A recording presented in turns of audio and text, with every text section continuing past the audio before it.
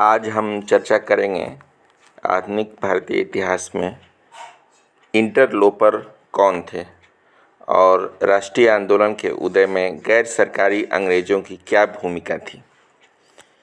जिन गैर सरकारी अंग्रेज़ों ने भारत में राष्ट्रीय भावना का प्रचार किया उन्हें कंपनी सरकार के अधिकारी घृणावश इंटरलोपर कहते थे। इसका तात्पर्य है अनधिकार प्रवेशकारी, बिना किसी अधिकार के प्रवेश करने वाले।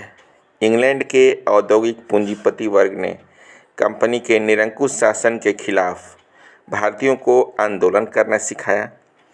इन गैर सरकारी अंग्रेज़ों और भारतीयों के सम्मिलित आंदोलन का काल 1836 से 1850 तक है।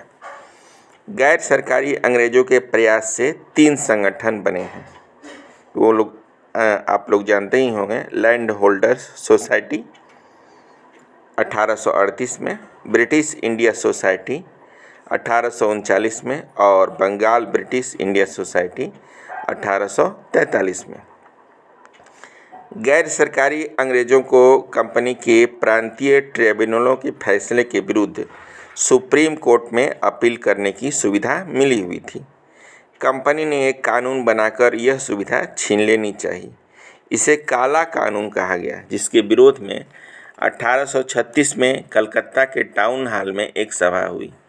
कलकत्ता में गैर सरकारी अंग्रेज़ों के आंदोलन के नेता कलकत्ता सुप्रीम कोर्ट के वकील थियोडोर डिकेंस थे।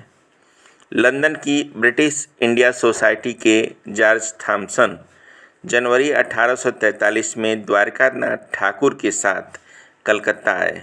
उन्होंने राष्ट्रीय भावना जागृत करने का जो काम किया, इसलिए उन्हें भारत में राजनीतिक शिक्षा का जनक कहा गया है। याद रखिएगा, भारत में राजनीतिक शिक्षा का जनक किसे कहा गया है। इस सोसाइटी की स्थापना की ज़मीन 3 संस्थाओं ने तैयार की। पहली संस्था थी society for the acquisition of general knowledge, दूसरी पैट्रियोटिक एसोसिएशन और तीसरी देश हितैषिणी सभा। धन्यवाद।